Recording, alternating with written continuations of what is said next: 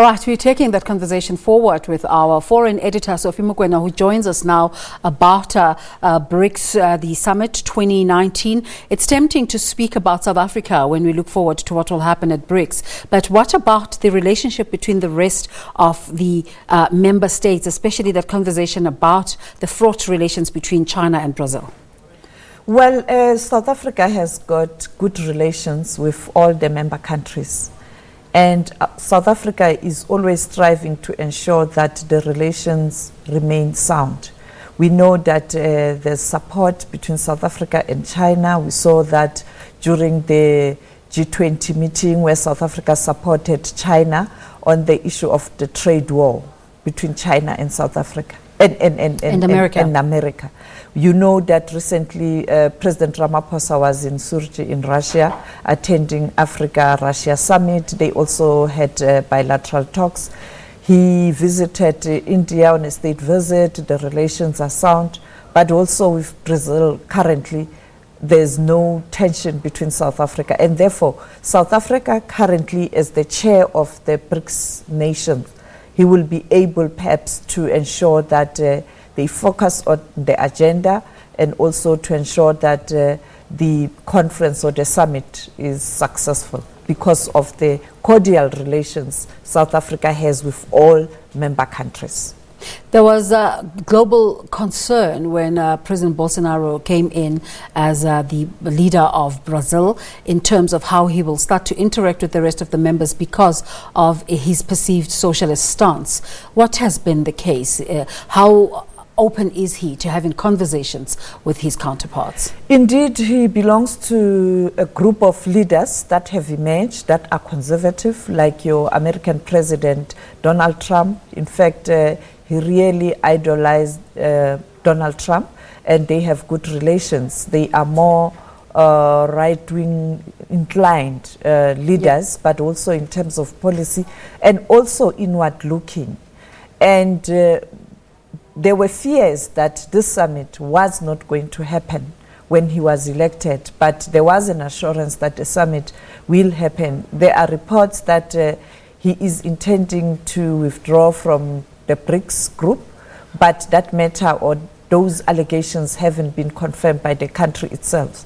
But he does have demands at times that are very unreasonable. Do you recall that during the meeting of the G20 leaders, a decision was taken, a proposal was put on the table by the French President Emmanuel Macron to put aside a donation or perhaps a fund to assist with the burning of the Amazon, you know, the forest.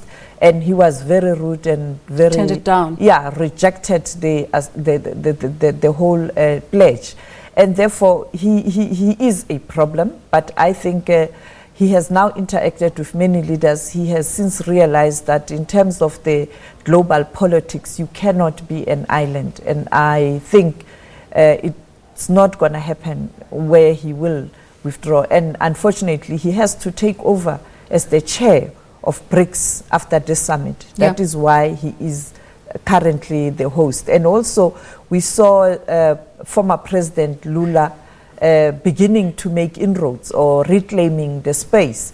And therefore, if he continues with his radical stand and the right-wing stand, public sentiment might shift away from him. To lose the support. The same is happening with Donald Trump right now because of the trade war, and ordinary Americans are suffering because when there's a trade war, both countries do suffer. There's no winner in terms of the prices go up and commodities and resources.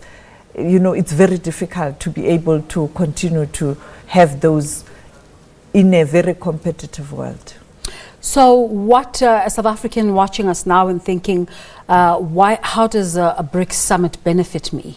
Yes, many people will argue that South Africa is punching above its weight because of the size of the population when you look at these other countries, but also when you look at the sizes of their budgets. Yes, their budget and their GDP. So, but it is a good thing. This is not new. You'd recall that before the BRICS, we had what we call South-South cooperation during the Thabo Mbeki's era, where Brazil, and others were part of the South-South cooperation. The developing Therefore, countries. Yes, you must continue to interact with other countries around the world.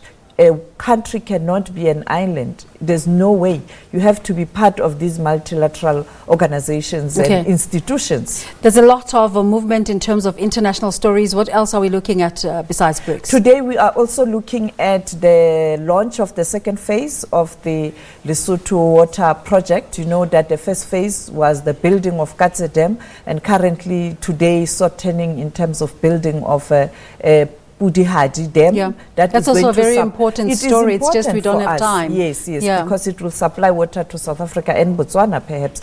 And then the other important issue will continue with our coverage on the population conference, UN conference in Nairobi, Kenya. Yeah. And the Deputy President has arrived in Kampala to attend the peace talks on South Sudan as the envoy for President And you're Ramaphosa. also talking to the new ambassador-designate of the United States, Lena Parks, this afternoon. Yes, the interest for me there is to find out from her what is she going to do to ensure that the relationship between South Africa and America are sound, and perhaps working on their state visit incoming. Donald Trump on the continent or in South Africa. Yes, it's a dream, and the dreams do come true.